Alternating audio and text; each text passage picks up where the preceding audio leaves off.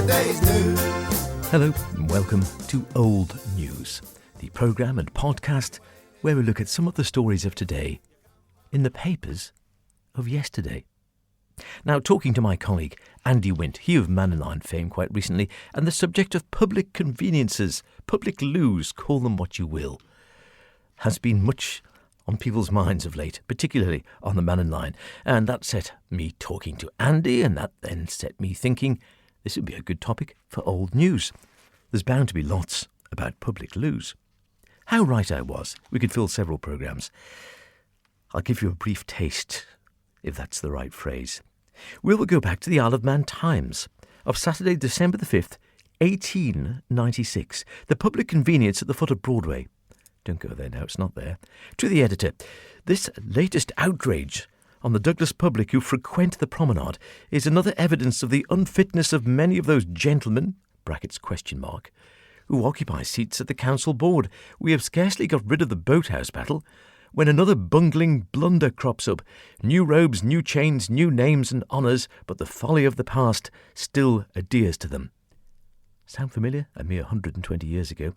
With that, the mantle of wisdom might fall upon the council and save an otherwise happy and prosperous people from the misfortune and disgrace of having places of this kind stuck right in the middle of a crossing where thousands and tens of thousands of people are passing daily throughout the summer months.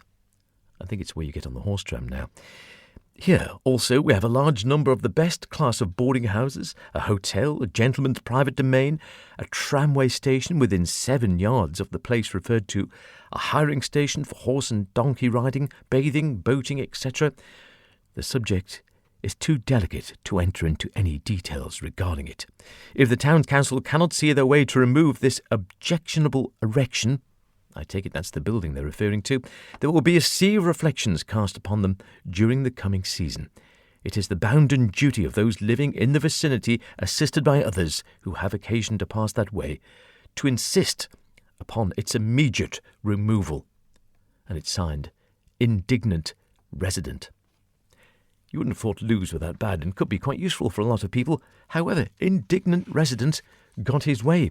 For 2 years later, in the Manxman, Saturday, March the 26th, 1898. A short piece entitled, Everything Comes to Those Who Wait.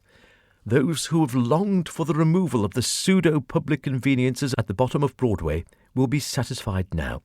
The appearance of the place is much improved. It will be remembered that at last year's licensing court, Mr. Fox, Senior, offered to construct a public convenience at the rear of and contiguous with the Central Hotel on condition that the others were removed. The town council acquiesced and the court consented, thanks to Mr. Fox and his skilful piloting of the case. In this matter, he came as a peacemaker. His diplomatic zeal and polished graces quelled a turbulent town council and won the approval of an austere licensing court. His success amazed everyone. However, it has taken more than 12 months to see his scheme completed. Yesterday, the nuisances were finally removed. The place whereof shall know them no more, it ends. We skip forward to the Ramsey Courier of Friday, November the 7th, 1924. Public conveniences, new scheme on foot. We are glad to learn, the article says, that as a result of unflagging efforts of certain members of the Ramsey Town Commissioners, a definite scheme has been brought forward to erect new public conveniences in the town. Whilst it is yet too early to give any definite details, as negotiations are still in progress, the board, it is understood, has secured an option on certain property in the vicinity of the Market Square for the provision of adequate lavatory and waiting room accommodation.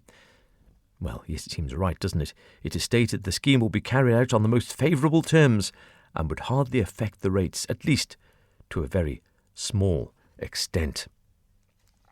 In the Isle of Man Examiner of October the 12th, 1951, something else which rings a bell perhaps with modern day, plans, shall we say, projects running over budget. Conveniences cost £4,990 more than estimated to cost £15,000 when proposed in 1947. The public conveniences constructed at the south end of Douglas Promenade, opposite the Jubilee Clock, have cost £19,990.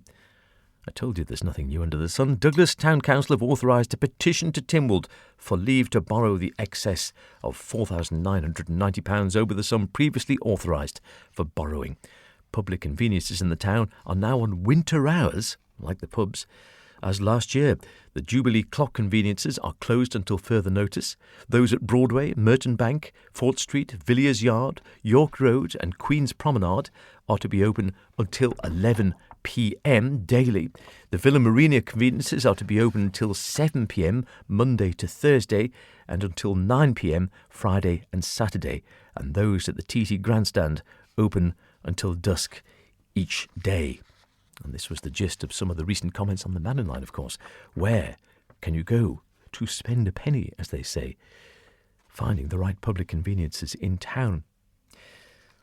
Well, the Villa Marina conveniences might have been open then, but not for much longer. 2 years later, the Isle of Man Examiner, Friday, March the 13th, 1953, winter closing of the Villa Marina conveniences saves £463.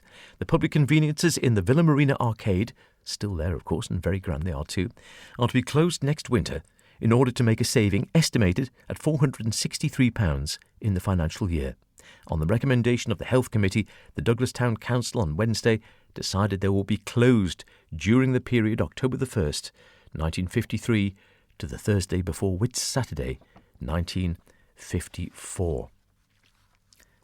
Didn't go down that well, though. The Isle of Man Times Daily by Tuesday, June the 28th, 1960, in an article entitled Public Inconvenience. Have you ever tried to use a public convenience on Douglas Promenade between 11:30 and midnight? If, like me, you have, then you'll know it's a waste of time, says the writer. Along with dozens of visitors and summer staff wending their homeward way around 11:30 on Saturday night, I made the startling and incredible discovery that the conveniences on Queen's Prom at the Villa Marina and Jubilee Clock were all closed.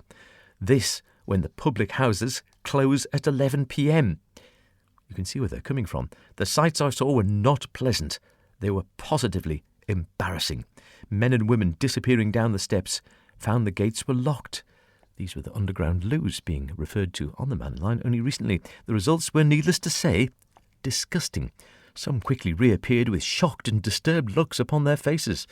Others, who had taken longer, had been forced to use the gloom of the gateway. You can guess the results, as I saw for myself when I descended the steps of the ladies at Jubilee Clock just before midnight to see if that particular public conveniences was still open. And I think the answers were they were not.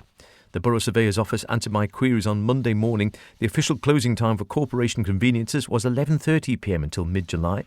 Then the times are extended until midnight up to mid-August. Well, yes, not very happy, this writer, it has to said. Is it a convenience, is asked. I don't think so. After the sights I saw last Saturday, including men at the Villa Marina who didn't bother to descend the full length of the steps once they saw the gates were closed, and this sight is visible to any passer-by up Broadway, I think opening hours should continue until midnight throughout the summer season. You'd have thought it might make a fair amount of sense, wouldn't it? The article ends, if the committee fail to see why the conveniences should be kept open until midnight at this less busy time of the season, then I respectfully suggest to them they take a tour of Douglas Prom next Saturday evening between 11:30 and midnight. They will be disgusted too. In the Isle of Man Daily Times of the 5th of July 1960, still inconvenient, Manx Woman's Magazine reported and deplored the 11:30 closing time of Douglas Corporation public conveniences, we're told, and the subsequent disgusting inconvenience caused to the holidaymakers. The matter was brought up at a meeting of the Health Committee last Tuesday, when it was decided that the closing time should remain unaltered.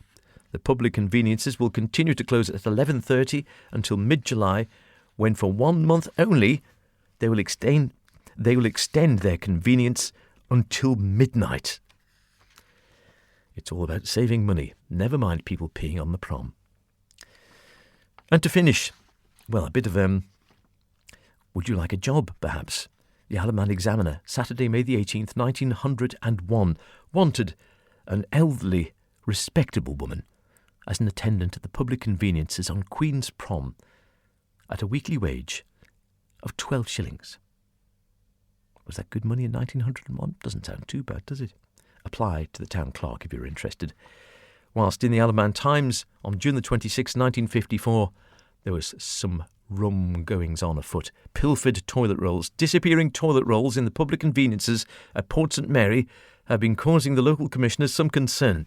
The subject of conveniences, raised at a meeting of the board on Tuesday by Mr H.B. Cowley, who was assured the conveniences were being well looked after.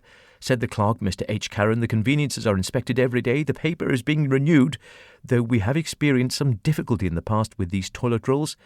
They seem to disappear as soon as we put them in, but we think we know where they are going. He's got to the bottom of the matter. Commented Mr J.C. Cool, the chairman. It means some people are getting their toilet rolls for 1 penny.